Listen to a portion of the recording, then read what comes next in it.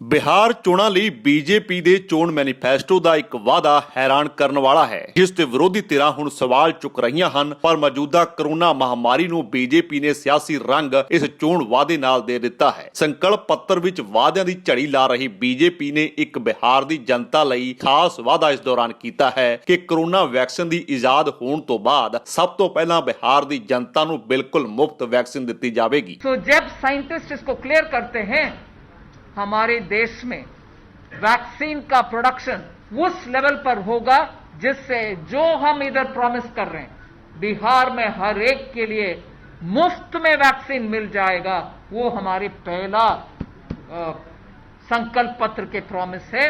भरोसा के साथ बिहार की जनता को हम आश्वासन दिलाना ਚਾਹਤੇ ਹੈ। ਕੋਰੋਨਾ ਦੀ ਵੈਕਸੀਨ ਦੇ ਹੋਏ ਇਸ ਸਿਆਸੀਕਰਨ ਨੂੰ ਲੈ ਕੇ ਹਰ ਪਾਸਿਓਂ ਸਵਾਲ ਉੱਠਣ ਲੱਗੇ ਹਨ। ਵਿਰੋਧੀ ਧਿਰਾਂ ਦਾ ਕਹਿਣਾ ਹੈ ਕਿ ਬੀਜੇਪੀ ਕੋਰੋਨਾ ਵੈਕਸੀਨ ਨੂੰ ਸਿਆਸੀ ਲਾਹੇ ਲਈ ਵਰਤ ਰਹੀ ਹੈ ਕਿ ਇਹ ਵੋਟਰਾਂ ਨੂੰ ਸਿੱਧੀ ਰਿਸ਼ਵਤ ਨਹੀਂ ਹੈ। ਤਾਂ ਕੁਝ ਦਾ ਕਹਿਣਾ ਹੈ ਕਿ ਕੋਰੋਨਾ ਵੈਕਸੀਨ ਪੂਰੇ ਮੁਲਕ ਵਾਸੀਆਂ ਲਈ ਹੈ, ਕਿਉਂਕਿ ਬਿਹਾਰ ਵਿੱਚ ਚੋਣਾਂ ਹਨ ਤਾਂ ਬੀਜੇਪੀ ਇਸ ਨੂੰ ਸਿਆਸੀ ਏਜੰਡੇ ਦੇ ਤੌਰ ਤੇ ਵਰਤ ਰਹੀ ਹੈ। ਦ ਵਾਇਰ ਵਿੱਚ ਛਪੀ ਖਬਰ ਮੁਤਾਬਕ ਦੋ ਸਾਬਕਾ ਚੀਫ ਇਲੈਕਸ਼ਨ ਕਮਿਸ਼ਨਰ ਇਹ ਦਾਅਵਾ ਕਰ ਰਹੇ ਹਨ ਕਿ ਫ੍ਰੀ ਕੋਵਿਡ ਵੈਕਸੀਨ ਦਾ ਬਿਹਾਰ ਦੀ ਜਨਤਾ ਨੂੰ ਕੀਤਾ ਇਹ ਵਾਅਦਾ ਮਾਡਲ ਕੋਡ ਆਫ ਕੰਡਕਟ ਦਾ ਉਲੰਘਣ ਹੈ। ਬੀਜੇਪੀ ਦੇ ਇਸ ਫੈਸਲੇ ਦੀ ਆਲੋਚਨਾ ਕਰਦਿਆਂ ਕੁਝ ਦਾ ਕਹਿਣਾ ਹੈ ਕਿ ਜੇ ਬਿਹਾਰ ਦੀ ਜਨਤਾ ਨੇ ਬੀਜੇਪੀ ਨੂੰ ਨਕਾਰ ਦਿੱਤਾ ਤਾਂ ਇਸ ਦਾ ਕੀ ਮਤਲਬ ਹੈ ਕਿ ਬਿਹਾਰ ਦੀ ਜਨਤਾ ਨੂੰ ਕੋਵਿਡ-19 ਵੈਕਸੀਨ ਮੁਫਤ ਨਹੀਂ ਦਿੱਤੀ ਜਾਵੇਗੀ, ਅਤੇ ਕੀ ਇਸ ਦਾ ਮਤਲਬ ਹੈ ਕਿ ਬਿਹਾਰ ਤੋਂ ਬਿਨਾਂ ਬਾਕੀ ਸੂਬਿਆਂ ਨੂੰ ਇਹ ਵੈਕਸੀਨ ਮੁਫਤ ਨਹੀਂ ਦਿੱਤੀ ਜਾ ਰਹੀ ਹੈ। ਅਤੇ ਕੇਂਦਰੀ ਖਜ਼ਾਨਾ ਮੰਤਰੀ ਕੀ ਬੀਜੇਪੀ ਦੇ ਬਿਹਾਫ ਉੱਪਰ ਇਹ ਐਲਾਨ ਕਰ ਰਹੇ ਹਨ ਕਿ ਇਹ ਮਾਡਲ ਕੋਡ ਆਫ ਕੰਡਕਟ ਦਾ ਸਿੱਧਾ ਉਲੰਘਣ ਨਹੀਂ, ਕਿਉਂਕਿ ਜ਼ਾਬਤਾ ਲਾਗੂ ਹੈ ਤੇ ਇਸ ਦੌਰਾਨ ਕੋਈ ਸਰਕਾਰੀ ਨੁਮਾਇੰਦਾ ਕਿਸੇ ਤਰ੍ਹਾਂ ਦੇ ਲੋਕ ਲਵਾਊ ਐਲਾਨ ਨਹੀਂ ਕਰ ਸਕਦਾ। ਵਿਰੋਧੀ ਧਿਰਾਂ ਨੇ ਬੀਜੇਪੀ ਦੀ ਇਸ ਚੁਣਾਵੀ ਵਾਅਦੇ ਨੂੰ ਹੱਥੋਂ ਹੱਥੀ ਲਿਆ ਹੈ। ਕਾਂਗਰਸ ਸਮੇਤ ਰਾਸ਼ਟਰੀ ਜਨਤਾ ਦਲ ਨੇ ਇਸ ਨੂੰ ਲੈ ਕੇ ਸਵਾਲ ਚੁੱਕੇ ਹਨ। ਕਾਂਗਰਸ ਆਗੂ ਰਾਹੁਲ ਗਾਂਧੀ ਨੇ ਕਿਹਾ ਕਿ ਹੁਣ ਵੈਕਸੀਨ ਦੇ ਲਈ ਜਨਤਾ ਨੂੰ ਆਪਣੇ ਸੂਬੇ ਵਿੱਚ ਚੋਣਾਂ ਦਾ ਇੰਤਜ਼ਾਰ ਕਰਨਾ ਪਵੇਗਾ। ਤਾਂ ਰਾਸ਼ਟਰੀ ਜਨਤਾ ਦਲ ਆਗੂ ਤੇਜਸਵੀ ਯਾਦਵ ਨੇ ਕਿਹਾ ਕਿ ਵੈਕਸੀਨ ਭਾਜਪਾ ਦਾ ਨਹੀਂ ਬਲਕਿ ਦੇਸ਼ ਦੀ ਹੈ। ਕਾਂਗਰਸ ਆਗੂ ਰਾਹੁਲ ਗਾਂਧੀ ਨੇ ਬਿਹਾਰ ਦੇ ਲੋਕਾਂ ਨੂੰ ਕੋਰੋਨਾ ਵਾਇਰਸ ਦਾ ਟੀਕਾ ਮੁਫਤ ਮੁਹੱਈਆ ਕਰਵਾਉਣ ਦੇ ਭਾਜਪਾ ਦੇ ਚੁਣਾਵੀ ਵਾਅਦੇ ਨੂੰ ਲੈ ਕੇ ਤੰਜ ਕੱਸਦੇ ਹੋਏ ਕਿਹਾ ਕਿ ਭਾਰਤ ਸਰਕਾਰ ਨੇ ਕੋਵਿਡ ਵੈਕਸੀਨ ਵਿਤਰਨ ਦੀ ਘੋਸ਼ਣਾ ਕਰ ਦਿੱਤੀ ਹੈ। ਇਹ ਜਾਣਨ ਦੇ ਲਈ ਕਿ ਵੈਕਸੀਨ ਅਤੇ ਝੂਠੇ ਵਾਅਦੇ ਤੁਹਾਨੂੰ ਕਦੋਂ ਮਿਲਣਗੇ, ਕਿਰਪਾ ਆਪਣੇ ਸੂਬੇ ਦੀ ਚੋਣ ਦੀ ਤਾਰੀਖ ਵੇਖੋ। ਰਾਹੁਲ ਗਾਂਧੀ ਨੇ ਇਹ ਟਵੀਟ ਕੀਤਾ ਹੈ। ਉੱਥੇ ਹੀ ਰਾਸ਼ਟਰੀ ਜਨਤਾ ਦਲ ਵੱਲੋਂ ਵੀ ਇਸ ਨੂੰ ਲੈ ਕੇ ਸਵਾਲ ਚੁੱਕੇ ਗਏ ਹਨ।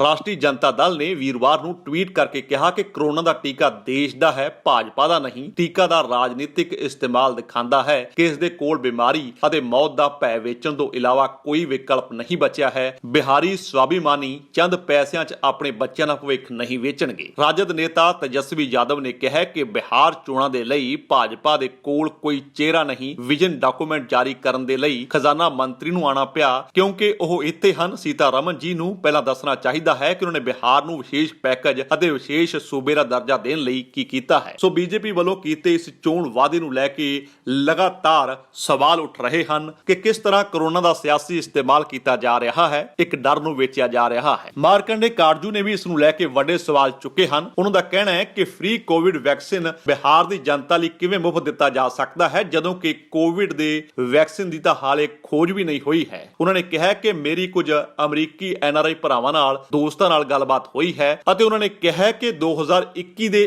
ਅੰਤ ਤੱਕ ਕੋਰੋਨਾ ਵਾਇਰਸ ਦੇ ਵੈਕਸੀਨ ਦੀ ਖੋਜ ਹੋ ਸਕਦੀ ਹੈ। ਸੋ ਬੀਜੇਪੀ ਕਿਵੇਂ ਬਿਹਾਰ ਚੋਣਾਂ ਦੇ ਲਈ ਇਹ ਵਾਅਦਾ ਕਰ ਰਹੀ ਹੈ। ਜ਼ਿਕਰ ਖਾਸ ਹੈ ਕਿ ਵੀਰਵਾਰ ਨੂੰ ਕੇਂਦਰੀ ਖਜ਼ਾਨਾ ਮੰਤਰੀ ਨਿਰਮਲਾ ਸੀਤਾਰਮਨ ਨੇ ਬਿਹਾਰ ਦਾ ਚੋਣ ਮੈਨੀਫੈਸਟੋ ਜਾਰੀ ਕੀਤਾ ਸੀ, ਜਿਸ ਦੇ ਵਿੱਚ ਨੌਜਵਾਨਾਂ ਨੂੰ ਨੌਕਰੀਆਂ ਦੇਣ ਸਮੇਤ ਵੱਡੇ ਵਾਅਦੇ ਕੀਤੇ ਗਏ ਅਤੇ ਇੱਕ ਵਾਅਦਾ ਇਹ ਵੀ ਸੀ ਕਿ ਬੀਜੇਪੀ ਸੱਤਾ ਵਿੱਚ ਆਈ ਤਾਂ ਹਰ ਬਿਹਾਰੀ ਨੂੰ ਕੋਰੋਨਾ ਮਹਾਮਾਰੀ ਤੋਂ ਬਚਾਉਣ ਲਈ ਕੋਵਿਡ ਵੈਕਸੀਨ ਬਿਲਕੁਲ ਮੁਫਤ ਦਿੱਤੇ ਜਾਣਗੇ।